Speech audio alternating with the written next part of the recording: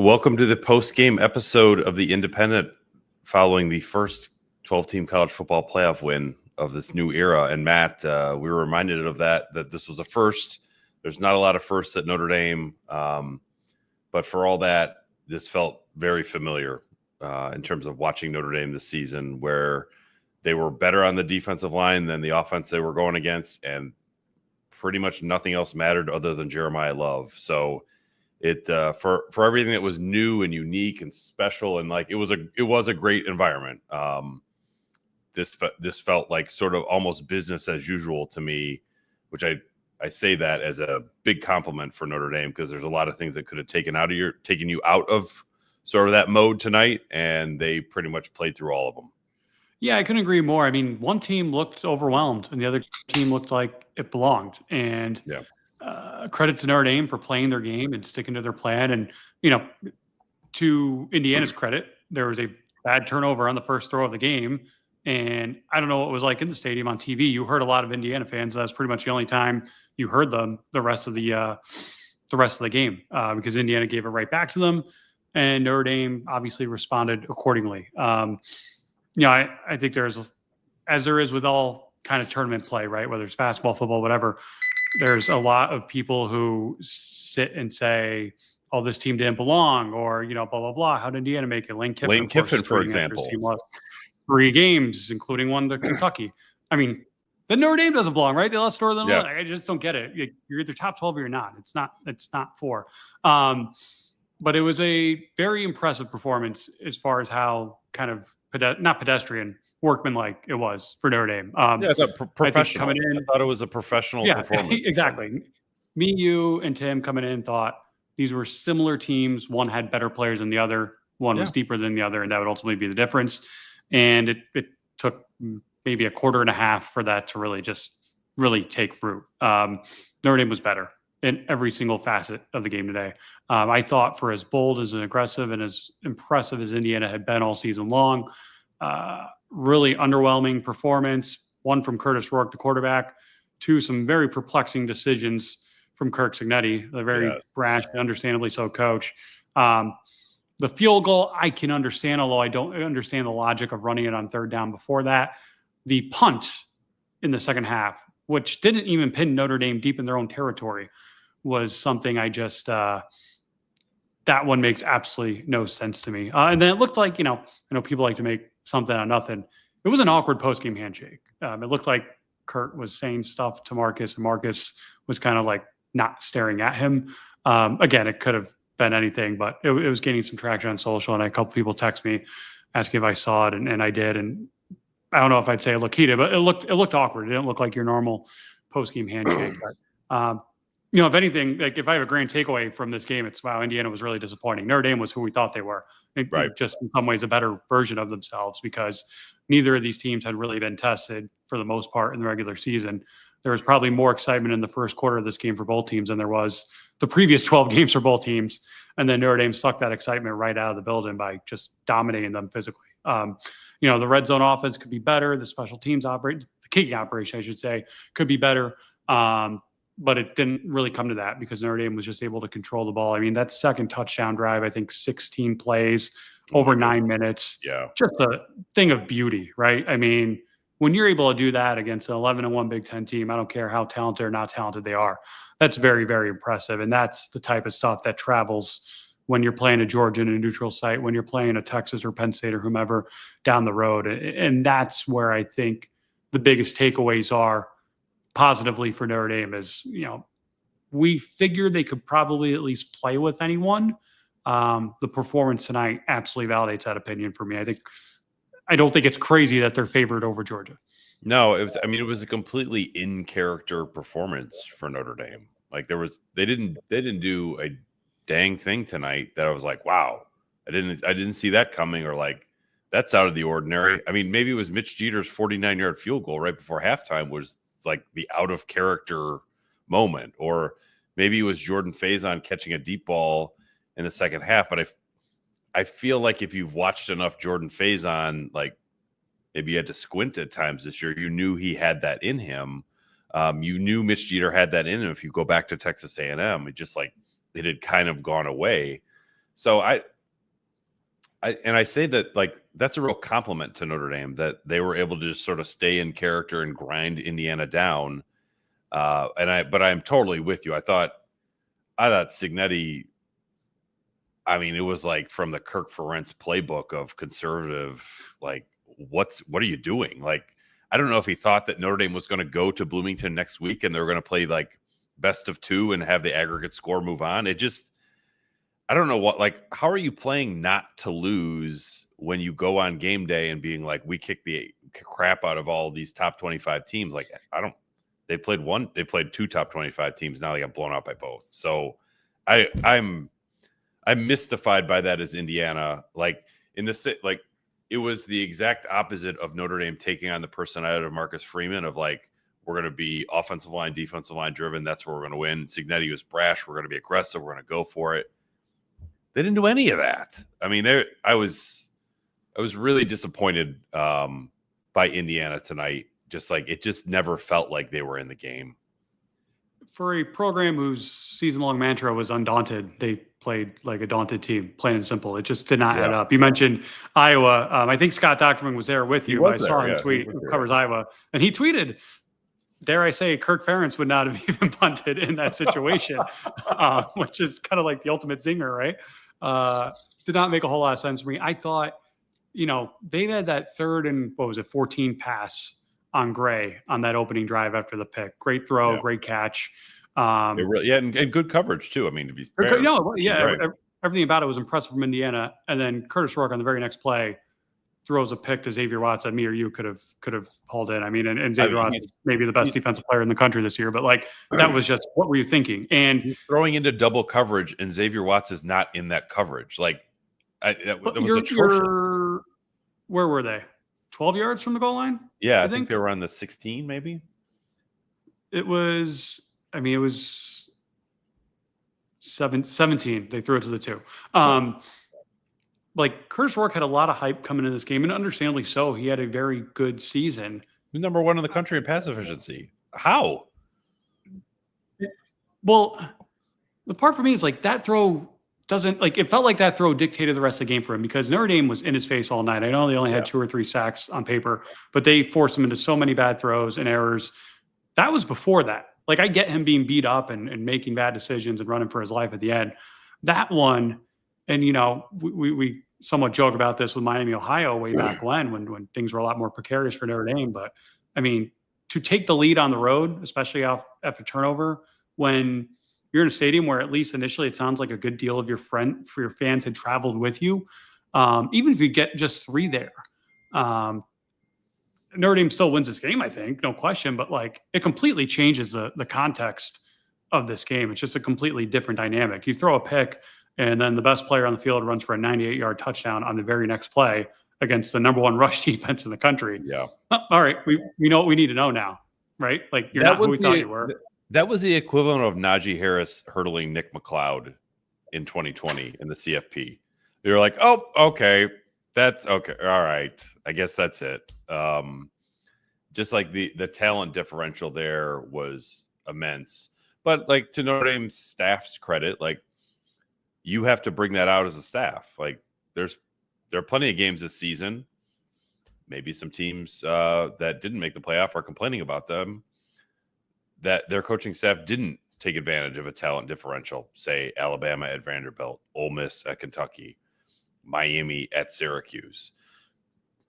Notre Dame took full potential of its talent differential tonight, and that's a credit to Freeman. It's also credit to Golden and Mike Denbrock. And like, I just think they did an outstanding job tonight in taking a game that could have been dramatic, could have been tense, could have had some twists and turns to it, and really kind of smoothing the whole thing out. Like there was really no doubt, like the amount of minutes tonight where you thought like Indiana might win 5, 3, like, I mean, in real time, maybe game minutes even less. Pretty much until it was like the 4 plays between the Leonard interception and the Rourke interception. That was it. That was Indiana's full shot at winning the game, and then it was over. And Indiana they were the worst team. They played like it. They were not going to pass their way to victory. I thought it was pretty naive of them to try to establish a run to the extent they did in the first half. It just wasn't working. And they've got some talented receivers, and Rourke, to this point, had played well as a passer. I know he wasn't tonight, but it just felt like they tried too little too late. Obviously the final score was not at all indicative of how this game played out. Al Golden got asked about it post game, and it was funny because I thought while watching this, well, Al Golden at least will have something to pretend to be mad about, to coach his guys about, going into Georgia. Not that you need motivation, but hey, like, you guys aren't, you're not perfect. Here's where we could be better. And he immediately dismissed it. Like, no, I don't care. Like, I can read the exact quote. He basically said it was his fault for thinking it wasn't in their best interest to do exotic blitzes. He said, quote, "At that point, I didn't think continuing to show elaborate pressures in that situation was to our benefit, to be quite honest with you. So I could have called a better game at the end there for the guys and helped them out." But again, not at all concerned, which again, I think you only say that publicly if you're really, really confident in your players and they're really, really mature and don't need you to have faux outrage over plays that ultimately were inconsequential to this game.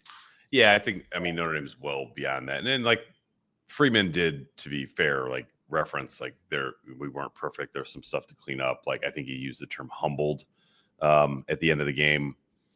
I think they'll probably be humbled for about like 5 minutes, and then they're probably already over it by the time you listen to this podcast. It really doesn't matter. They were so much more talented than Indiana. They knew it. Indiana knew it, and I think it's something we talked about in the midweek show. Indiana knows that it's a talent differential, so they got to be aggressive and take chances and, like, kind of do some interesting, funky stuff defensively. But they didn't have it tonight. And Notre Dame is a huge reason why. Notre Dame's defense, they've played 13 games now this season. I think they've been pretty much outstanding in 12 of them, with the exception being the USC game. I think that, any concern that was the beginning of a trend, or they got found out, or there's a blueprint, like, no. Like, they're good. Now, we should get into injuries a little bit. They're only good if Riley Mills can play against Georgia at something close to full strength, because I thought what you saw tonight is Notre Dame with Mills and Cross together is a real pain in the ass to block. That will be true for Georgia as it was true for Indiana, but at this point, we're not really sure what Riley Mills is going to look like, if Riley Mills is going to look like anything the rest of the season. Yeah, in game, I believe Molly McGrath, might have been Katie George, I think it was Molly McGrath's on the Notre Dame sideline, said he came out of a tent with a brace on, wanted to go back in, but was like limping very noticeably, right knee. Marcus Freeman went on Scott Van Pelt after the game, said, quote, "There is optimism. I won't get into details on what they told me, but it sounds like it's not season ending. We just got to get him right here in the next 10 to 11 days and get him ready for this upcoming contest down in New Orleans," end quote. I don't know what to think of that. Again, better to say optimistic than pessimistic. But if you're already volunteering that you won't get into details about what they told you, that means you do have information. Some details, right? And if you're not sharing that information, it's probably uncertain at best. So that remains to be seen. Was there an update on Bryce Young post game? There was not. Al Golden was asked about Bryce Young post game and didn't seem to recoil at the question, but there was no update on Rocco Spindler either. So kind of remains to be seen. We get, that's pretty, for people who are asking, that's really par for the course at Notre Dame. There are no post game injury updates. Marcus Freeman doesn't have the information. If he does have the information, he's not giving it to us. So I'm not sure what to read into that. I watched Riley Mills walk off the field with a limp, but he was still in uniform. I saw Rocco Spindler walk off the field. He already changed out of his uniform. When the alma mater was sung, he was, in the proverbial street clothes, sweatpants and sweatshirt. So that, who knows if we should read into that's something more serious than other ones. I don't know, but Notre Dame has overcome a heck of a lot of injuries on defense already. I do think that Riley Mills would be a bridge too far for the season to kind of keep rolling. Heck, Bryce Young might be a bridge too far for the season to keep rolling, because that the sack he had on Curtis Rourke down by the goal line was, I mean, it's like a Big Ten starting offensive tackle, and it was like that tackle couldn't even get his hands on him, as if he had like Tyrannosaurus Rex arms. It was like Bryce Young is a future NFL football player, playing at Notre Dame for the next 3 years. So that would be an important one, because like if their defense does have a weakness, is the lack of a pure pass rusher off the edge. Bryce Young sort of solves that weakness a little bit, but it's another player you need on the field against Georgia to make life difficult on Gunnar Stockton, which appears to be the quarterback that Notre Dame will face. Yeah. Kirby Smart did not volunteer an update on that, on Carson Beck on game day when he was asked about it. I think everyone expects Beck to not play. What's that mean? I don't know. I mean, a guy had 12 turnovers in 13 games this year. I wasn't overly impressed with him, and I think there's a chance Georgia could be better without him, but we don't know a whole lot about Gunnar Stockton. But it does seem like every Notre Dame injury this year has been on 3 positions, right? Offensive line, defensive line, and secondary. Like it just, everything else has remained unscathed. And the defense line in particular is a little concerning because of what you said. I mean, the body count there, unfortunately, is just rising. It seems like every single week. Jeremiyah Love spoke post-game, which obviously means he's fine, but he sounded like crap, and he said he was dealing with something. I imagine it was like, actually sounded pretty badass, because, you know, the guy runs for 100-plus yards and comes out there in a deep, almost grandpa-sounding voice. Probably sounded like I sounded 3 weeks ago, except a lot cooler. But, like, you know, I wouldn't say it's cause for concern, but, you know, there was a lot of plays in the game where he would have been in, where he wasn't in, and they leaned on Aeneas Williams a lot more than, you know, in non-third down packages than I think they had in previous games this season. But if he's speaking and he's in a good mood, that usually means things will be just fine. Yeah, that's true. And to the credit of Aeneas Williams, like, I thought he was really productive. I think we've seen enough this season to make you think like, okay, this guy's going to be a good college running back. But I thought what he did tonight against Indiana was solid and noteworthy. And I didn't think Notre Dame, I don't want to say they didn't miss a beat without Jeremiyah Love, because like Aeneas Williams isn't going 98 yards or hurdling somebody, somewhat ill-advisedly tonight. But he looked like a productive part of Notre Dame's offense, not a freshman running back. No. I mean, that was, there was a point in the game in the first half where I thought, why would they even bother to throw a pass? Because they're running the ball so well against, again, what was coming in the number 1 run defense in the country. And, you know, Indiana, and I think you tweeted this, like, I don't know how much of this was Indiana's defense climbing down versus Notre Dame's offense being a little out of sync. There are a few too many drops for my liking.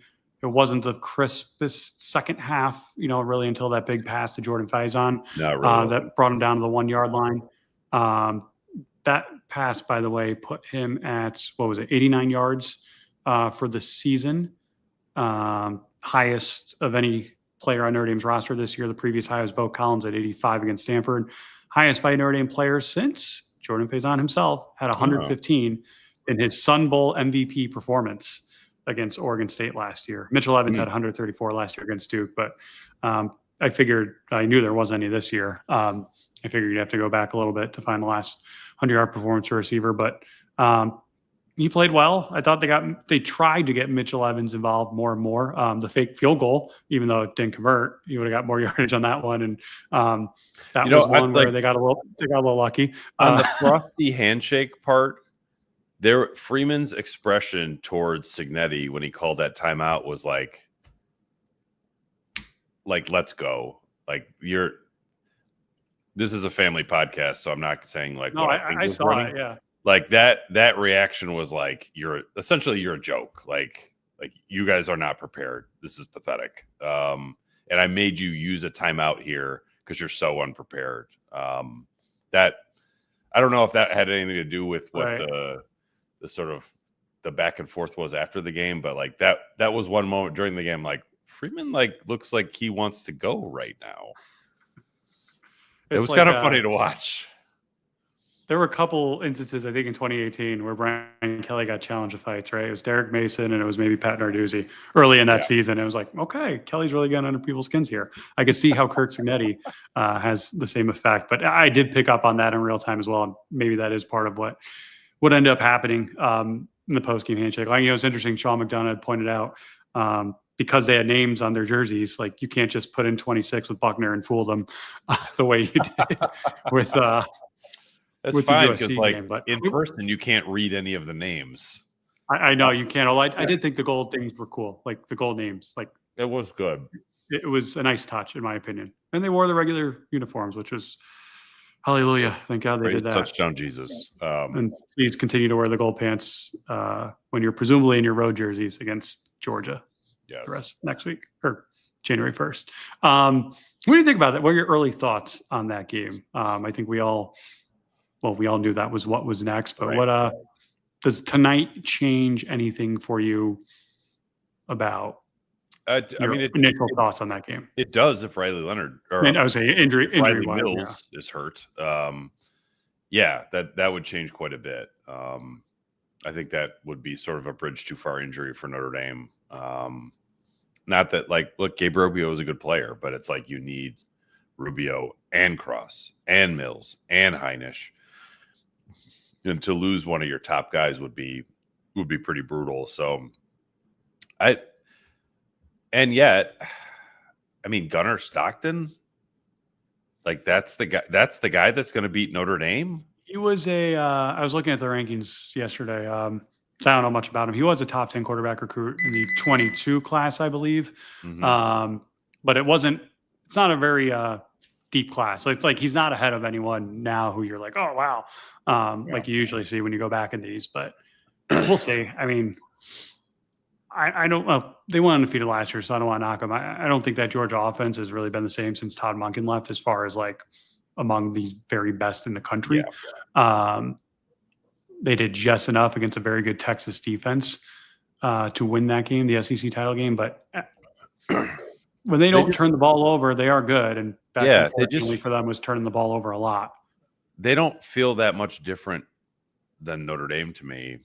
They just have, like, better recruiting rankings certainly in the front seven defensively. But I don't like. There's nothing about Georgia where I watched the first Texas game where there was something scary about Georgia.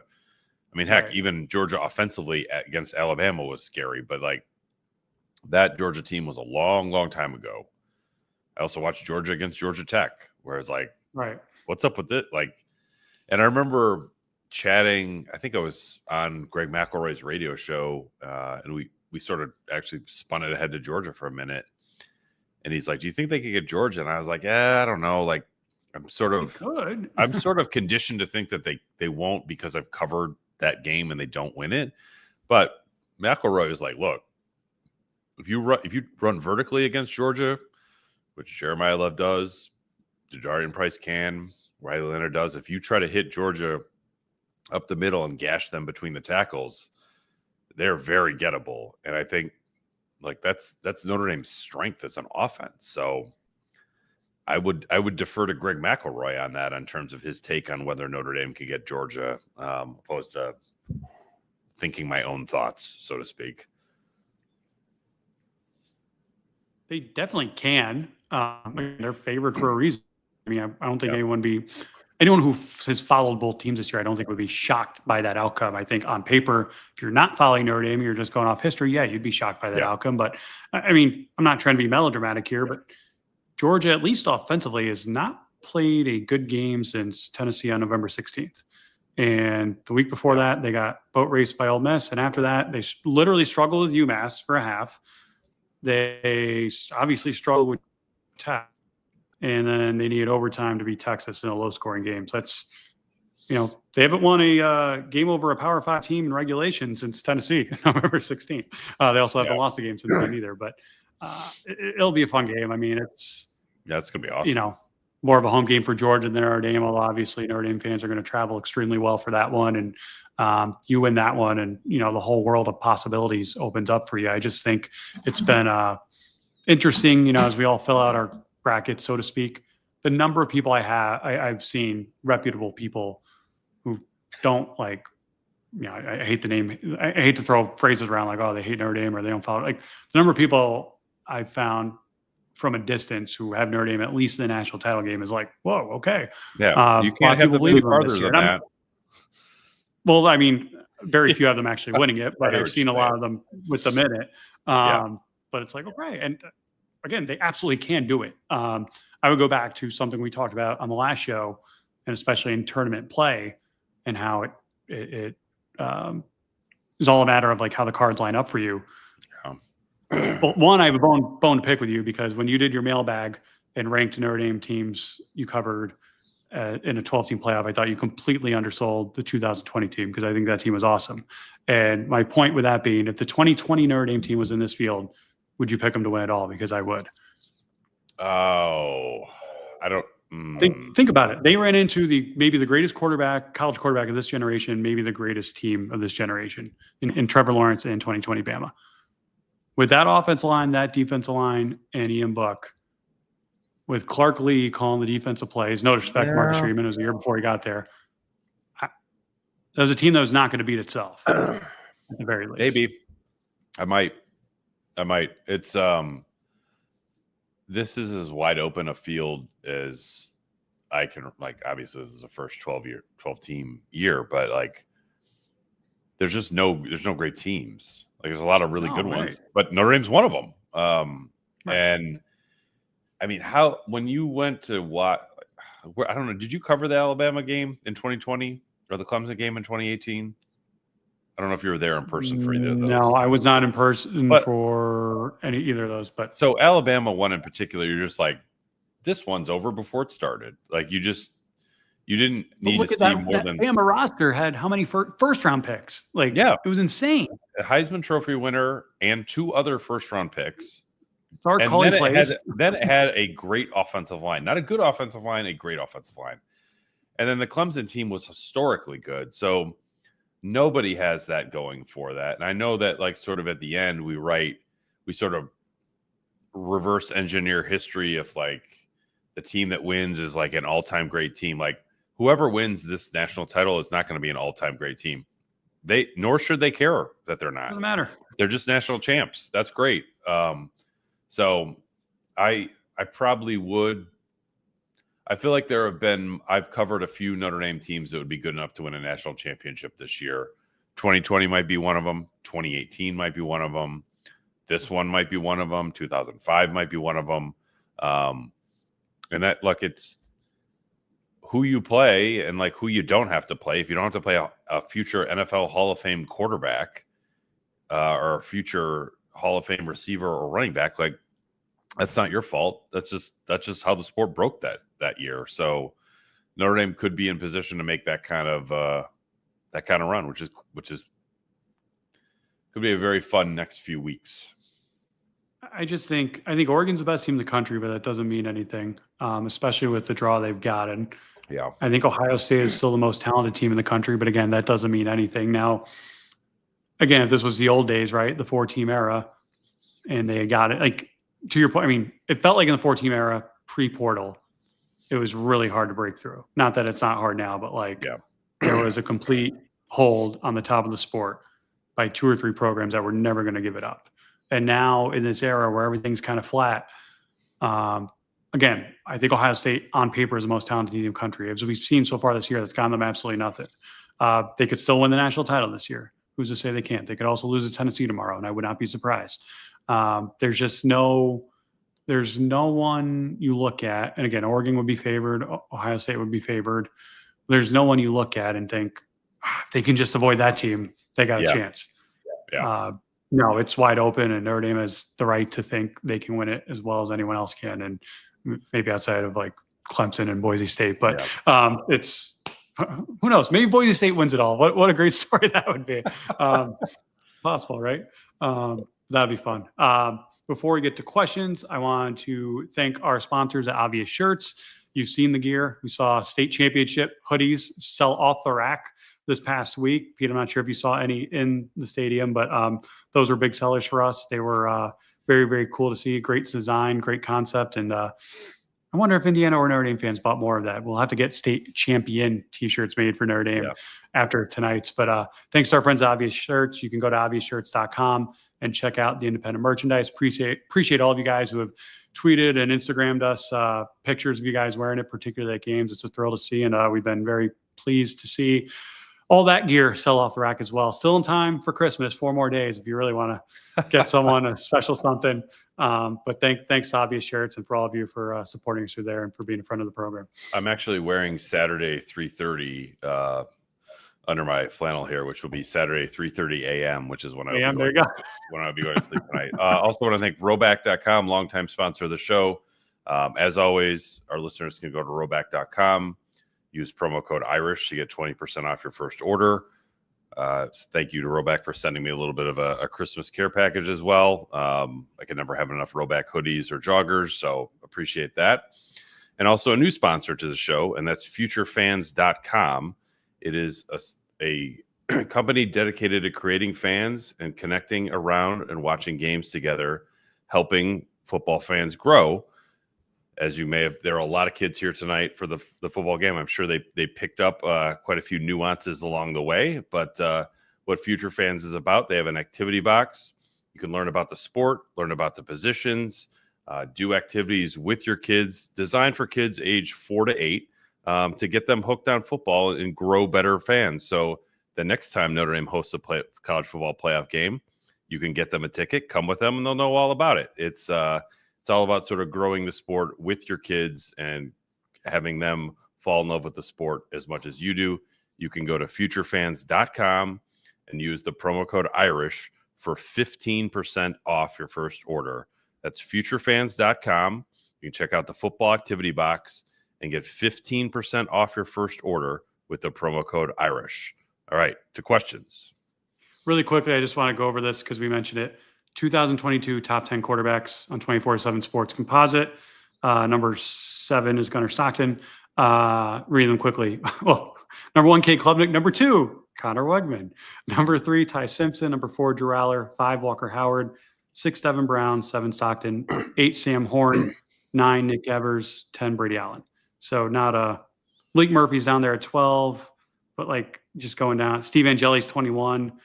Braden Locke 22. Not a whole lot of guys who you're like, oh wait, yeah, they're killing it right now. Yeah. The exception of the top 2, but or top 1, I should say. But yeah, so what's that mean? We'll see in a couple weeks. Let's go to questions. Nick Vanley shout. I hope I'm pronouncing that right. ND has less than a week and a half to get ready for Georgia. Do they take holidays or is it immediately studying film and practicing? I don't know off the top of my head. I would imagine they take like Christmas and maybe Christmas Eve. I doubt anyone's going home. I could be wrong though. This is new for everyone. Yeah, I'll dig into that coming out of this game because it is not a lot of time to turn around and get ready for your next game. I believe that there are media obligations on the 26th and 27th. And there's a media day in New Orleans, I want to say on the 30th, whereas the team arrives on the 29th. I would assume they would all fly down from South Bend together, opposed to reconvening on the bowl sites, which was sort of common in the old bowl system, but not common for like CFP games. So I would assume, and I will try to dig into this a little bit more after this podcast, that they would sort of stick around here, or maybe they would take. I think Marcus Freeman actually said post game, like, you could have tomorrow off, which is now today. And I think, it's like, look, you can go over film and be in meeting rooms on maybe Sunday the 22nd, hop back into it, take a break for Christmas. But I would assume they would still be local. The EPN showed the post game locker room speech. They were wearing Sugar Bowl hats, which is cool. I mean, it makes sense. I just didn't see any of them on the field. And then they had the first down marker with like a thing you could flip. And they had, I think it was Tosh Baker, come up, flip the one to show that the Sugar Bowl logo is next. And everyone got excited. But yeah, I'm not sure. I mean, there's a comment here right after. Where is it? Midlet says, in a world where players get paid, better be in the film room tomorrow. I will say, I mean, I think Pat Forty wrote about this. Some others did too. Like, he spoke to all the faculty athletic reps at these schools, and it's like, oh yeah, all this stuff you said was never possible because of the academic calendar. Well, guess what? We're making it work, and it's been pretty fun for everyone. I don't see anyone complaining. So we'll see. No, it was the whole scene here today was great. I guess even though tailgating was maybe a bit subdued just because people could tailgate indoors if they could. But just like everybody was into it. My wife and 11-year-old were fortunate enough to be here for the game, and I got a text from her during that this was better than a Taylor Swift concert, which is high praise. Wow. So from and your a lot wife, cheaper. It was a lot cheaper. Your wife or your daughter said that? No, my wife. I don't. My daughter would. Like, no way she would say that. No, it looked awesome. When I wake up and already I'm seeing people on my phone posting the snow from campus, I'm like, yeah, that looks freaking awesome. And then the game day being as long as it was, a longer game day, they get more people on it. It looked awesome. Every bit of it looked just so much fun. I thought Shane Gillis killed it. Shane, if you're listening, open invite on the pod anytime. We'd love to have you. I believe he called McAfee a scumbag for taking the Hoosiers, and he said Signetti was being disloyal to his team by joining the set and not in the locker room with them. But I think disloyal's the least of Signetti's problems after time. He also called Nick Saban a cheater, and then backed off from it when Saban said we cheated because we had the best players and developed the most draft picks. But yeah, he can come on anytime he wants. Patrick McIntyre, thanks for your insight into the Irish. What do you see as the keys for this team to address and focus on in order to be ready for Georgia? Outside of the obvious, get healthy. Right. I think on both lines, because I think they're not going to control the line of scrimmage, particularly on offense, the way they did tonight. But I do think the most amount of pressure you can take off that pass game, which still hasn't really been asked to do a whole lot this season, the better. I just don't think you want to find yourself in a position where you have to do things that you haven't really done in games so far this season. Not saying it won't work, but it's different. And look, I think some nerves were alleviated by Mitch Jeter tonight. Yeah, but not all of them with that last one, which was a comically low kick. And again, I know nothing about kicking, but that was a very easy block for Indiana. That entire operation looked bad. It was like the linemen never got out of their stance. It was very and then Pendleton got a false start on the shorter one too, right? The one they made. Yeah, I would say concerns. I wouldn't call this a concern, but I thought Riley Leonard looked not in fifth gear tonight. Like he is such a dynamic threat running the ball, and he seemed like slightly indecisive. And I don't know if it was sort of the way Indiana was scheming up their defense. They run a lot of, I'm not calling it junk defense, but they do a lot of complicated stuff where I thought they made him play a little bit slow. So maybe getting back to grip it and rip it, and being a little bit more decisive, that would be something to work on. But beyond that, I feel like Notre Dame should feel pretty good about where they are right now. Health aside, you can take that off the table. I would think Notre Dame would take this performance and be like, we're in a good way going into the Sugar Bowl. I wonder, and there's no perfect way to answer this question, but how do you prepare for a team with a quarterback you really have nothing on, no film on? It's a challenge to prepare. Again, he was a backup for a reason. He's probably not as good as Beck, but maybe he is. I don't know. We've seen how many backup quarterbacks have we seen come in and be better than the starter over the years, right? I mean, Max Duggan, Cardell Jones, you go on and on. I mean, it's a strange situation. Tommy Reese. There you go. No, it's just a strange situation for everyone. In that regard, it's funny when you were talking about that with Riley Leonard running. It reminded me. I don't know how much Penn State you watch, but it reminds me of Drew Allard. The way he ran tonight, outside of the 1 yard touchdown, which was decisive, and there was a whole hole there on the right. Drew Allard to me is a funny runner because he doesn't look athletic. He looks kind of clunky. He just kind of falls forward for 6 yards at a time. That to me was Riley Leonard tonight. It wasn't the guy who's going to put his head down and truck stick you the way. At least that's the way I feel when I see him and Jeremiyah Love together. throughout the course of the season. I just don't see a way that any of those teams could stop them. And No. Indiana obviously didn't stop them tonight, but it didn't look as efficient as it has. I will say Jason Z noted, this is an answer to Patrick's question, but Riley was under pressure a lot tonight. That's true. I did not think the offensive line protected him very well tonight. That's something that you could get cleaned up and need to get cleaned up, because if Indiana is getting pressure on you with their defensive line, good luck against Georgia. I do think like the offensive line needs to play better than what they did sort of at first glance. Sometimes you go back and watch the game tape and you're like, oh, okay, actually maybe they're a little bit better than I thought. But at first glance, I thought the offensive lines didn't do a great job with pass pro. And frankly, like, I realize Indiana's a good run defense, but it was not a super efficient rushing night either for Notre Dame. The 98-yarder was great, and that there were too often it felt like that was the whole thing. That was more than half of Notre Dame's rush offense, and like I get it, those count too. But if you take that out, it was not a crisp or vintage Notre Dame run offense. Some of that maybe was Leonard's decisiveness or lack thereof. Some of that was the way the line played. Some of that was Indiana. But those are things where I think Notre Dame would try to turn the dial over the next week and a half to see, like, okay, how do we get in a better way than we were against Indiana? Andre King, friend of the show. It's 12:22. You guys lied. What did we lie about, Andre? Yeah, what did we lie about? What time we'd be on? Good to see you, Andre. Tristan Tahara, under Brian Kelly, I never felt confident in big games. This is the first time I felt like when the score was 14-3, I felt like it's over.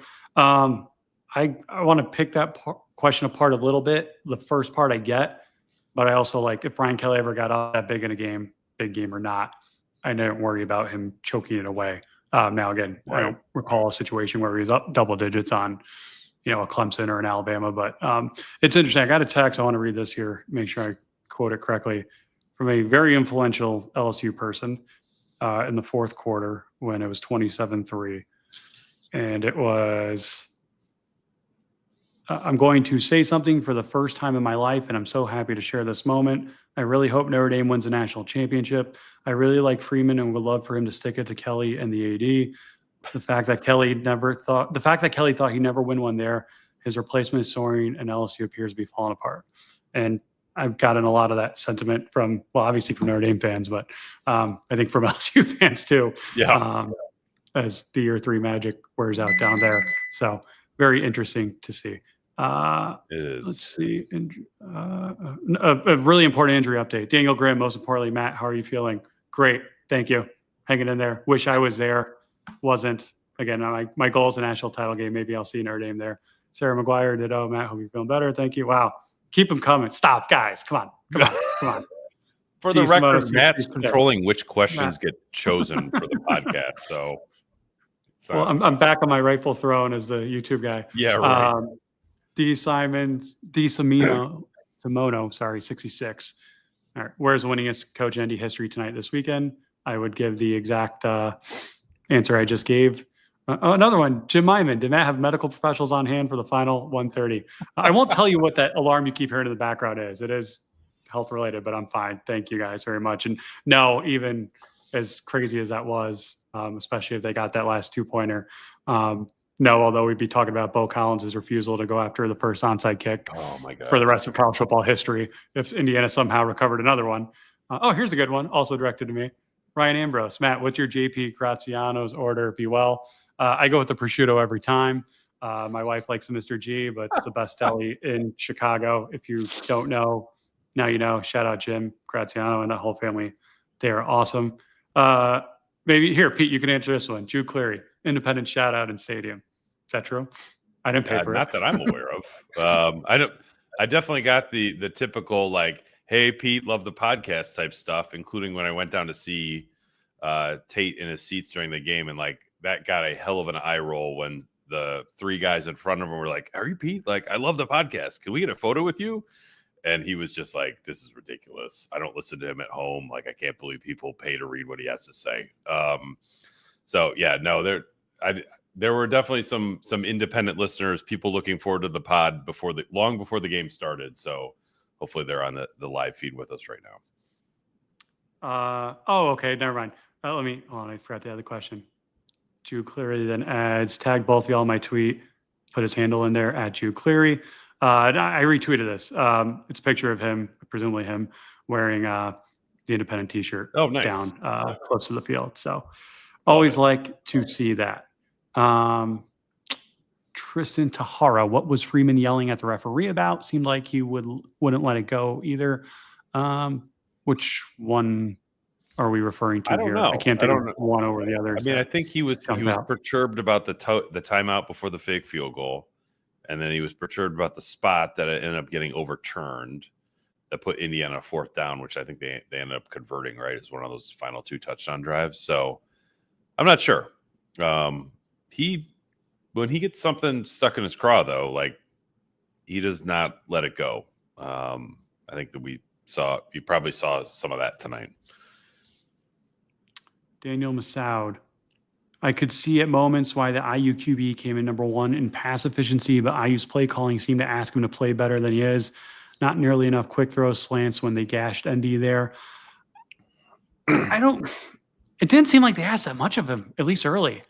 I mean, they ran it early. They had a 3rd and 10 play that Mills completely blew up where they handed it off up the middle. And this was when the game was maybe 14-0. I mean, it wasn't over. Was that the 3rd and 10 draw play? Yeah. That was Mills completely blew up the left tackle. Like,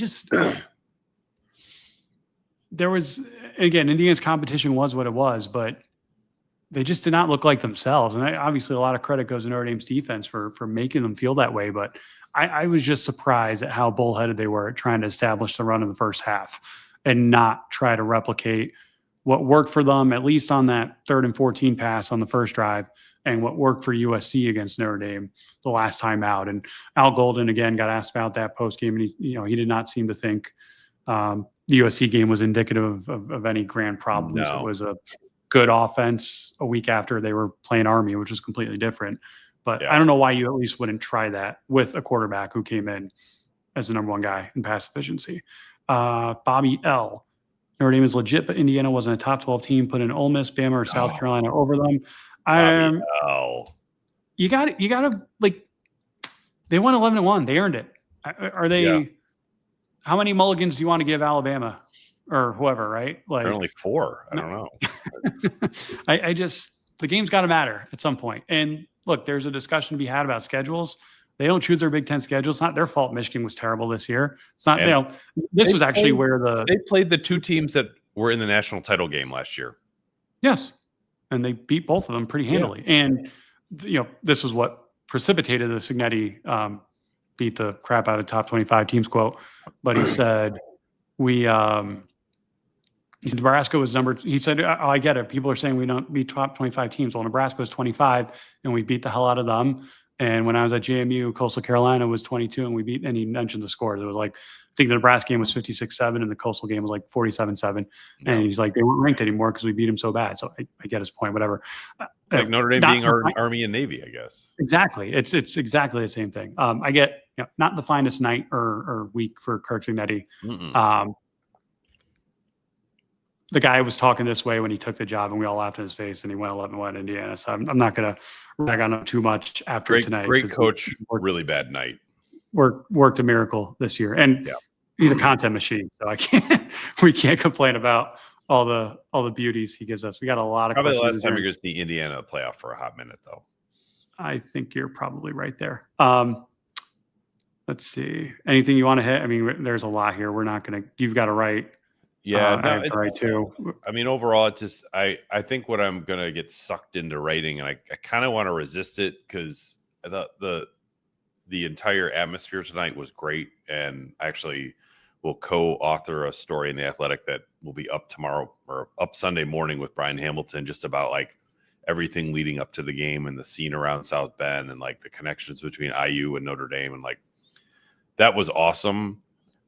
However, I thought it was very indicative or symbolic or some other word that I'm looking for, that before Freeman could say a word post game, he had to cede the microphone to the chairman of the Sugar Bowl, who invited them to the Sugar Bowl. Like, there's barely a moment to enjoy what happened tonight, which was cool, before spinning it ahead to Georgia. And in some ways, I feel like it's okay, because this was sort of like this in-between game for Notre Dame. Like, it proved that they are who we already knew that they were.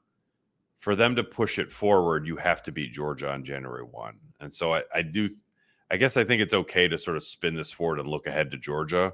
Because to me, that's the game. If you want to talk about like a new Notre Dame, or like taking the next step, or changing perceptions, that's the game you have to win. It wasn't tonight. Like, Notre Dame just backed up what we already knew. So I think it's going to be hard not to write about the Sugar Bowl in Georgia more than tonight in Indiana in my follow-up column. There was one here I want to get in real quickly, and it did not involve me. It involved you, actually. Daniel Grimm. Pete, how many slices of pizza do you have there? Also, give us a score. Oh, wait, this is the one. Oh, there are two talking about your eating habits. I got the wrong one here. ISU 39. Pete, eating during your podcast is disrespectful to your audience. Total Bush League. What the hell, man? It's 1:39 a.m. Can't you wait a little bit? Brutal. With your free food. For the record, it's Papa John's. It's the same everywhere. It's fine. But I still have a couple hours of work to do after this. So I want the sustenance to make it through, to power through to Saturday at 3:30, like my shirt says. Adam Bowers, Matt, God bless you. Hope you're doing well. Great to see you. Take care of yourself, brother. Merry Christmas to you both. I think you were both part of that. Maybe he meant my family, but back at you, Adam Bowers. Thank you very much. We're getting to the point where I'm delirious and we both got it right. Freeman, actually, you mentioned the Sugar Bowl thing. Freeman did get asked by SVP, do you allow yourself to enjoy this and whatever you accomplish? And he basically said, I tell my players, like, do as I say, not as I do, which is a pretty, good coaching cliche in that regard, because he's going to review film tonight. But look, everything about today looked awesome. Everything about tomorrow, I'm sure, will be awesome, whether these games are all blowouts or not. I wonder tonight, just given like the semi-rivalry at hand, if I know every home team's heavily favored to win in the first round. If any of these games are close or decided at the end, do we get a field storm in the college football playoff? And who gets fined for that? Yeah, I was preparing for that because there was no field access tonight. So I was like, do I need to go down and like take my kid's ticket to storm the field just so I can like report on it? Didn't happen tonight. Indiana wasn't good enough to warrant a field storming, nor was there any drama really in this game other than onside kick recoveries. So again, we said at the top of the show, I thought it was a professional business-like approach by Notre Dame tonight. They backed up exactly who we have known them to be for months now. And they're getting more reliable week by week by week. This 11 wins in a row. That's a hell of a thing too. And that to me is like real growth for Notre Dame under Marcus Freeman, that now they're sort of like they're a reliable performer in the same way that they were, not the same way, but a similar way to how they were in the later stages of Brian Kelly. And like, that's a compliment. Like, Marcus Freeman is totally unlike Brian Kelly in so many ways, but like, if he can be like Brian Kelly in the like consistent performance department, like that's a great thing for Notre Dame, because I think he's also got the elevate in a big game gene that Notre Dame sort of struggled with previously. Yeah, and we overlooked this because records don't really matter anymore, but it got said a couple times post game. They matched a program record for wins in a year, 12-1. Like, it's been a pretty damn good season. Yeah. And they're in a position now, and again, no disrespect to Indiana, but we had this discussion on the pregame show. I don't want to say anything can happen against Georgia and everyone will look back on this year fondly, but they're in a position right now where like the floor for this season is beyond disappointing, right? I'm not saying it's going to be a successful season if they lose to Georgia, but it won't break you up. Well, it could break your heart if they lose close. They're not in a position anymore where they can disappoint you, is what I'm saying. Like, they're doing what they should be doing. I think my prediction. Look, here's how I would describe it.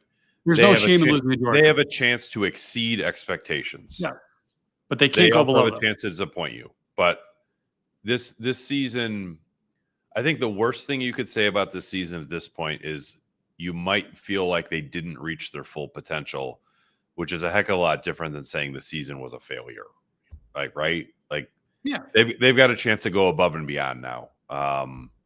Whether they do it or not on January 1st, I don't know. There's a long time between tonight or this morning and that game in New Orleans, but they've got a chance to go above and beyond, which is, I mean, when we recorded, I actually watched the first couple minutes of our post-game Northern Illinois show this week and thinking about how that felt and where this season might go. And it's like the fact that they've won 11 in a row, even though they haven't played, I realize Indiana was a top 10 team, but like just to have that level of consistent performance in 11 straight games is impressive no matter who you're playing.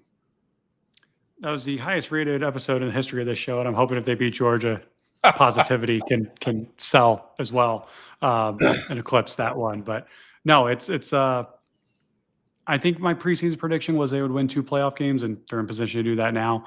Yeah. No, it's not a disappointment at the very least, and it's all, not that today wasn't exciting, but it's all, it's invigorating in a different kind of way going into the Georgia game than it is with Indiana. Yeah. One other point I want to make, just because you mentioned the bowl reps being there, we were fed BS for over 150 years about this sport not being able to do this, and they finally did it, and it was freaking awesome. And I don't know a single living soul who's against any of this. Like, finally, thank you. Jack Swarbrick in particular, who really pushed this thing toward the finish line. Thank you. It was awesome to see all this tonight. Never been more jealous in my life, not being in a game than I was tonight and the rest of the way. Looking forward to 3 good games on different campuses tomorrow.